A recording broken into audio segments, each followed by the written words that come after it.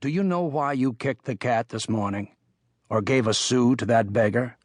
Or set forth for Jerusalem rather than Gomorrah? Jean le Malchanceux. Chapter 1. Genesis in Palma. The Juan March stood off the docks of Palma Harbor. I needed coffee. A little after 8 o'clock of a December morning, not yet full daylight, a raw wind blew off the mountains that fringe the north coast of Majorca. Shivering, I pulled up the collar of my overcoat as I joined the crowd at the rail. I spotted Dick Susskind at once. There was no missing that huge bulk, hands jammed in his pockets, planted in front of the terminal building. The gangway was lowered, and a few minutes later we were shaking hands and grinning. "Let's grab coffee here," Dick said, "and give Jeanette time to get Raphael off to school. Then she'll fix you a real breakfast." We sipped our cafés con leche at the counter inside the terminal. On each side of us, groups of longshoremen were munching thick sandwiches of sobrasada and drinking glasses of red wine. I had telephoned him yesterday from Barcelona to explain that Edith's mother had died 10 days before, and that with our 2 boys, Nedsky and Barney, we had flown to Germany for the funeral. We returned to Barcelona in a 1-year-old Mercedes sedan, part of Edith's inheritance. A rich man's car. Absurd for the island of Ibiza, whose dirt roads made a Jeep the ideal vehicle. But it was mine now, and I was willing to learn to live with it. Edith and the kids had taken the morning plane home to Ibiza, and I had put the car on the big ferry. The Juan March was not due to continue its passage to Ibiza until 11. Dick and I had seen each other seldom since he had moved from Ibiza to Majorca. In those 4 years, he had written and published a handful of history books. Now he was halfway through a biography of Richard the Lionhearted for teenagers. He had run into a snag: Richard's rampant homosexuality. "How the hell do you get around something like that? I can't talk about sodomy and buggery. My editor would turn green." The book was taking a long time to write, and Dick was in trouble.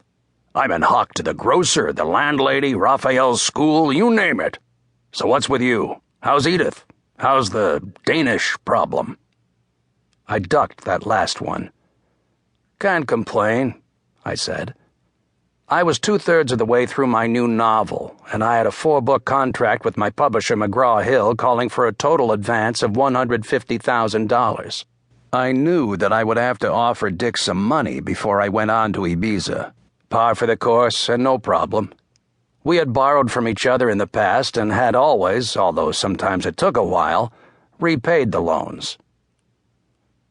"It's no Mercedes," Dick said cheerfully, opening the door of a battered gray Simca, "but it gets me there, most of the time." We started along the coast road toward his home on the outskirts of Palma. A horde of new hotels and apartment buildings had risen since my last visit.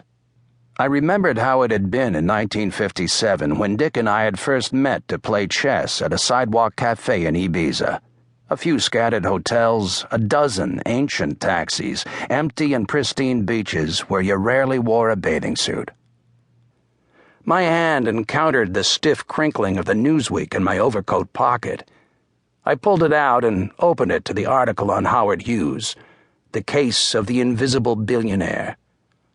"See this? I read it on the boat last night." Hughes had just escaped from his Las Vegas fiefdom to Paradise Island in the Bahamas, from the 9th floor of one hotel to the 9th floor of another. His Nevada empire looked as though it might be toppling. Dick, after a quick glance, turned his attention back to the road. "What's with that guy?" he said. "I read the same story in this week's Time. There's American decadence and lunacy in a nutshell. That's why I couldn't go back there to live, not even on a bet. The Biafrans are starving, the Pakistanis are starving, I'm on the edge of starvation, but some old fart with $2 billion flies off for a vacation in the Bahamas and the press goes ape. What the hell has Howard Hughes done except discover Jane Russell's tits and build that ridiculous flying boat?" "It's not what he's done, it's the way he lives. He's the Lone Ranger of big business. He's practically a hermit. Do you know he